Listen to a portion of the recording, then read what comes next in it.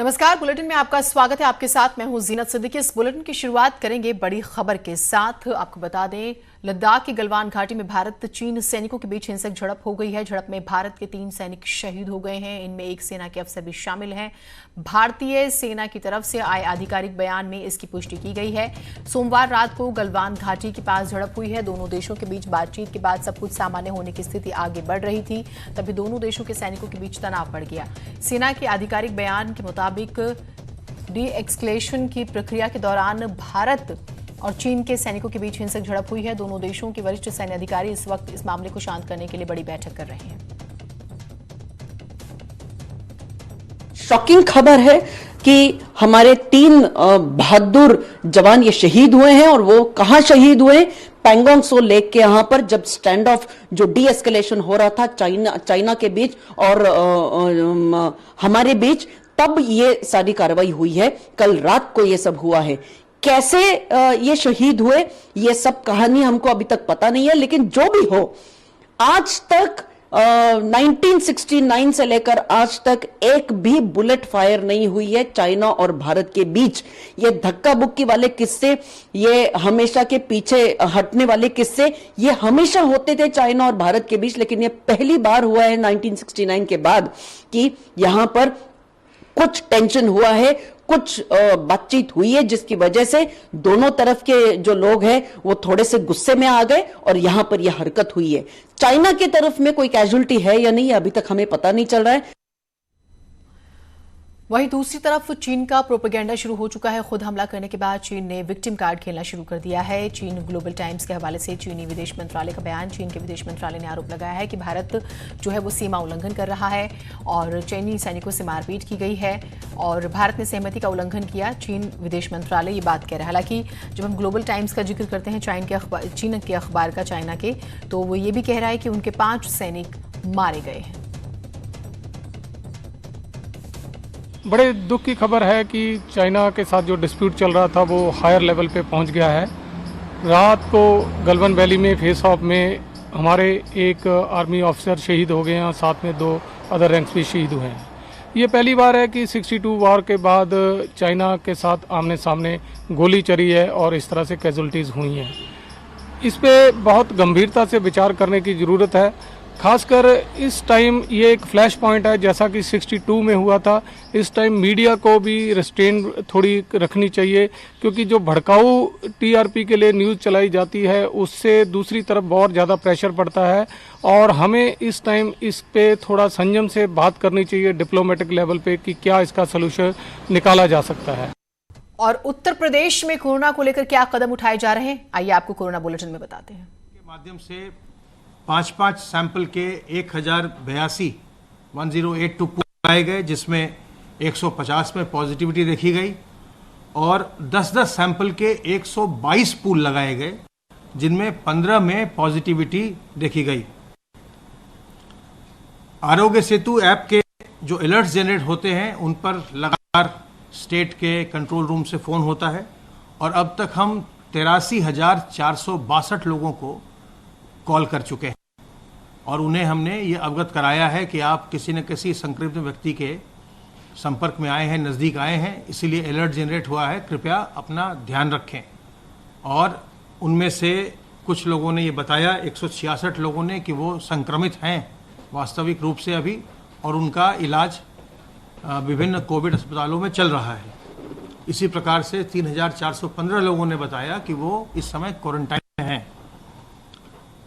आशा workers निरंतर जो प्रवासी कामगार लौटे उनके घर जाकर के उनका हालचाल पूछ रही हैं, उनको ट्रैक कर रही हैं और उस क्रम में अब तक 16,75,579 प्रवासी कामगारों को ट्रैक किया गया है और इनमें से 1,463 लक्षणों वाले मिले हैं, जिनमें सर्दी, खांसी, जुकाम, ज्वर या सांस फूलने की शिकायत इत्यादि की बात आई।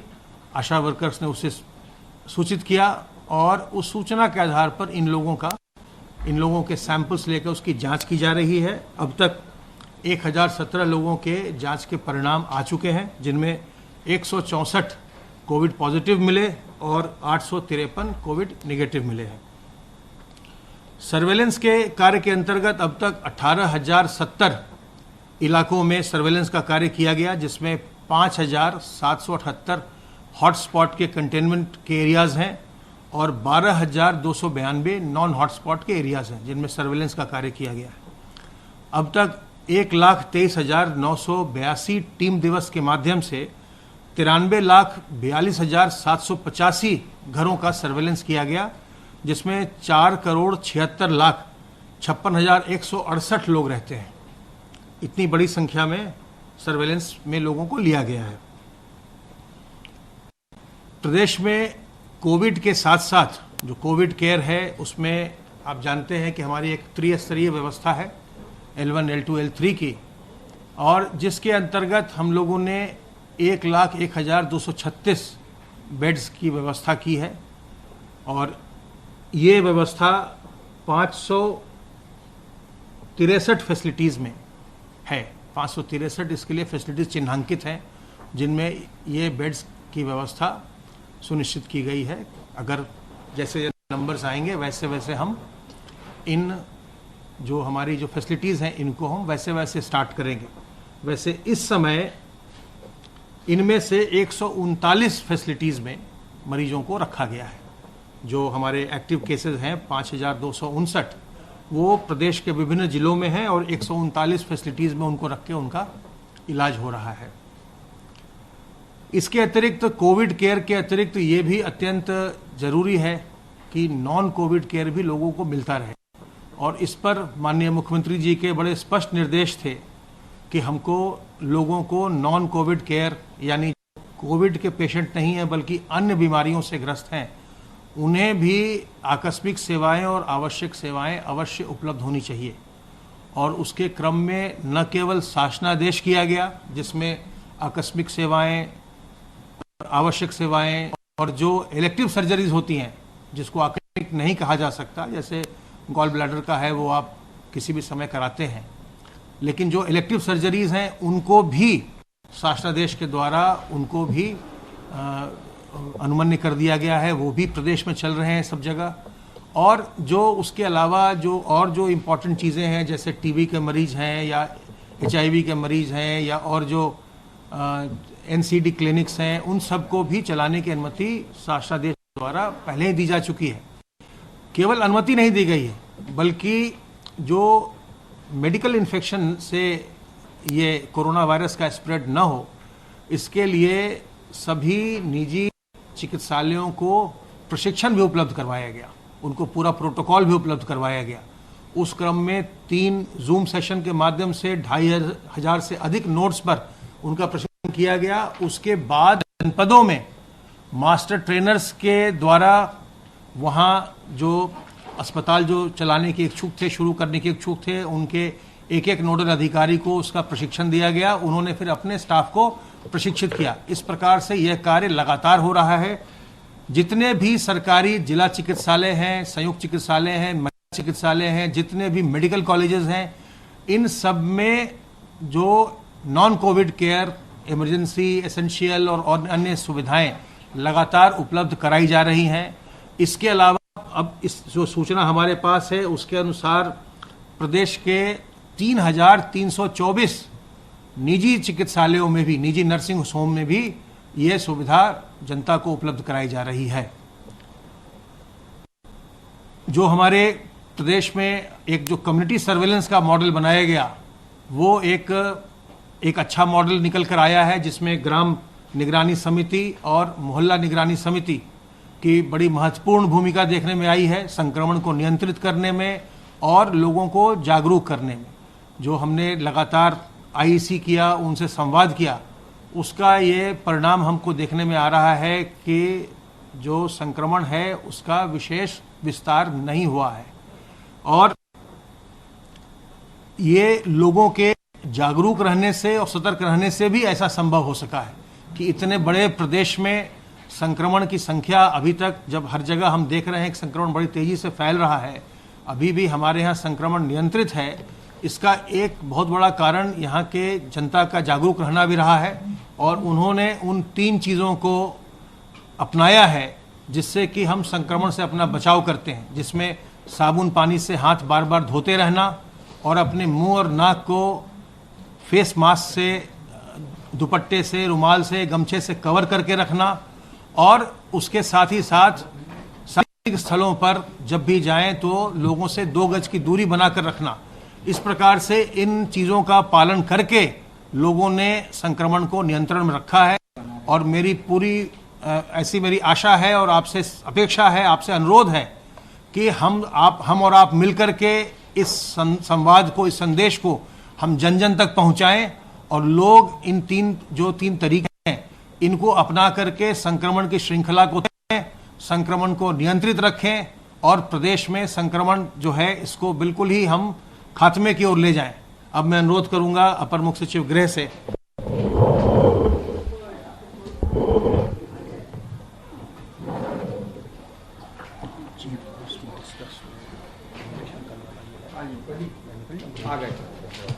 माननीय मुख्यमंत्री जी ने आज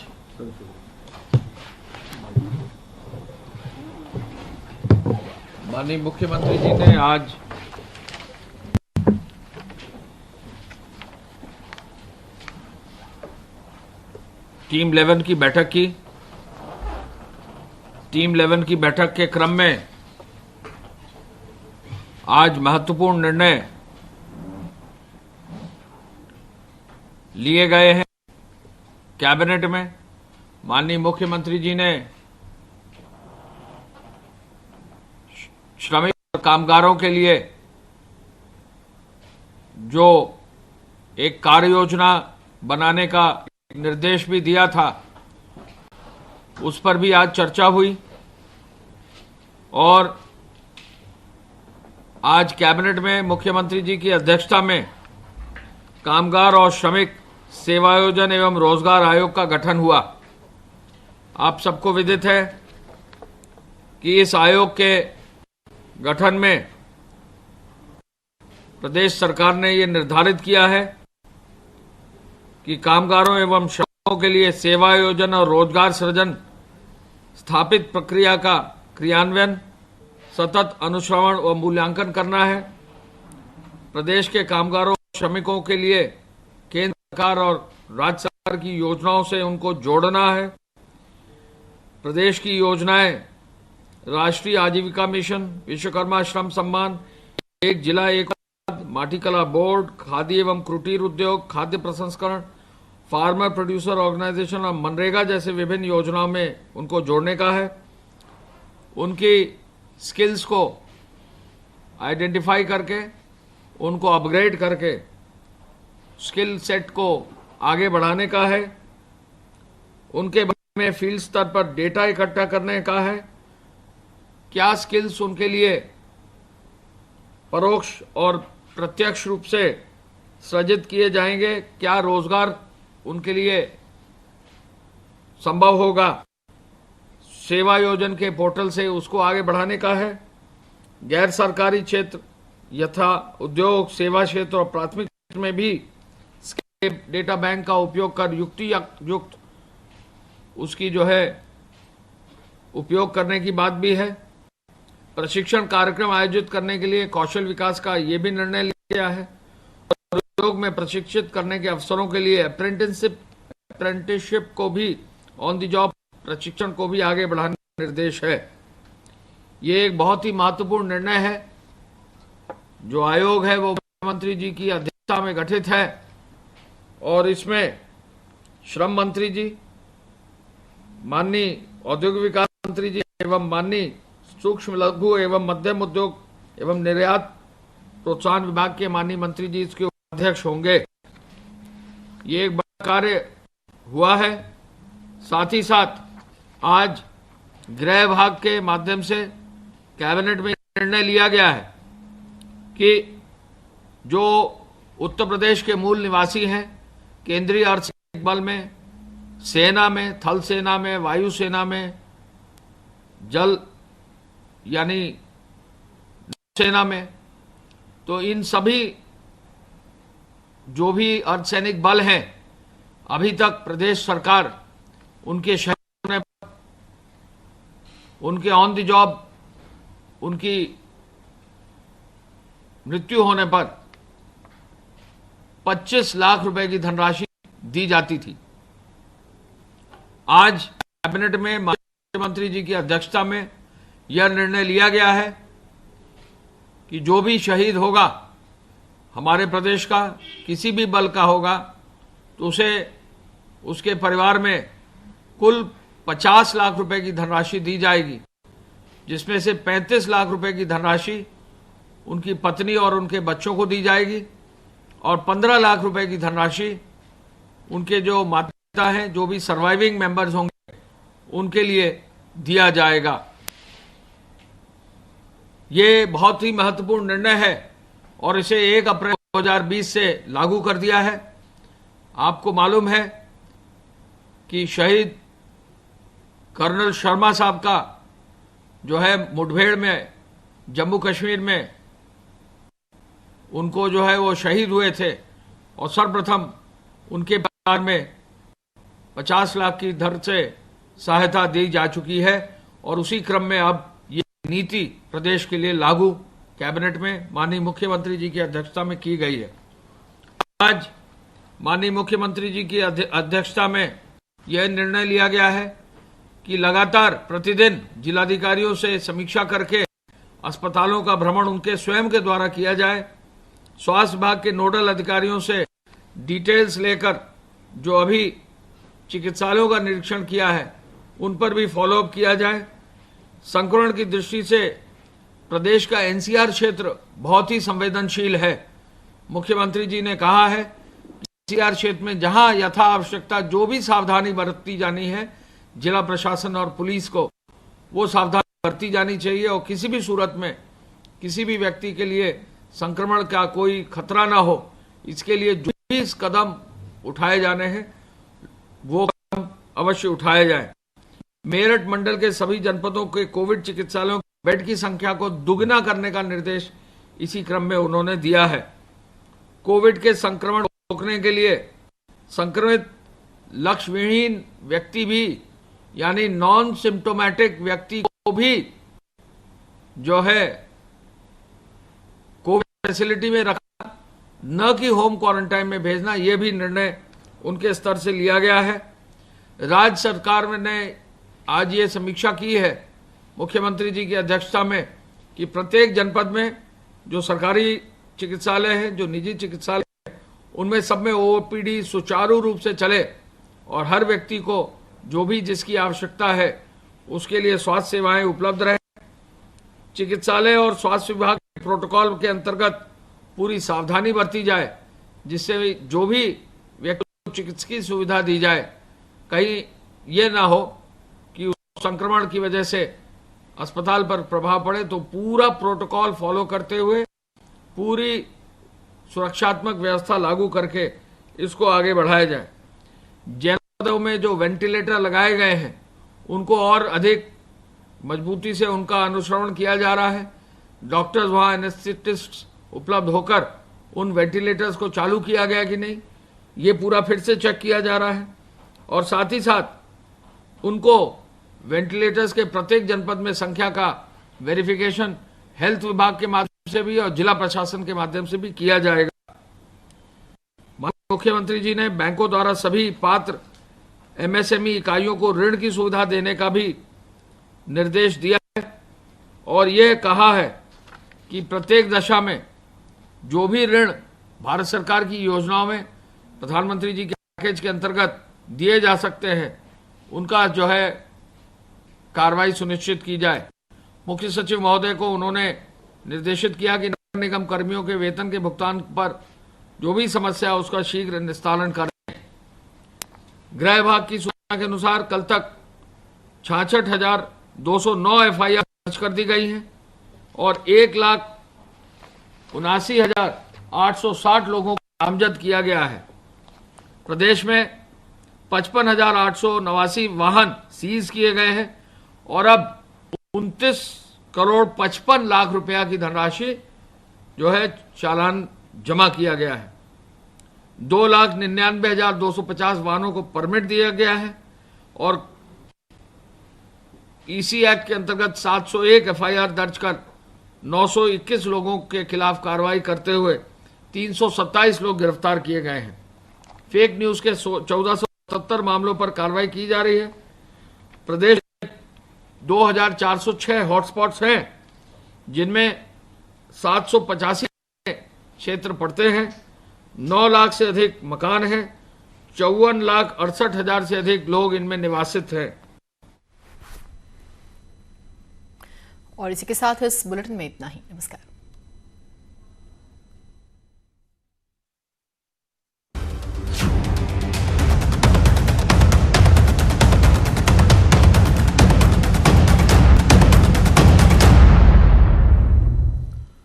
और बढ़ते एक महत्वपूर्ण खबर की तरफ, योगी कैबिनेट की बैठक में आज अहम फैसले लिए गए हैं। सरकार ने श्रमिकों के हित में कामगार और श्रमिक एवं रोजगार आयोग गठित किया है। योगी कैबिनेट में आज उसे मंजूरी मिल चुकी है। सीएम या उनके जरिए नामित कैबिनेट मंत्री इस आयोग के अध्यक्ष होंगे। अब श्रमिकों की आर्थिक एवं सामाजिक सुरक्षा पहले से ज्यादा सुदृढ़ होगी। प्रदेश के अंदर ही कौशल विकास के रोजगार के सुलभ अवसर उपलब्ध कराए जाएंगे। श्रमिकों को अपने ही जिले में काम मिलेगा। प्रदेश की अर्थव्यवस्था को भी गति मिलेगी। सरकार की मंशा के मुताबिक काम के क्रियान्वयन के लिए प्रदेश स्तर पर बोर्ड और जिलों में भी समिति बनाई जाएगी।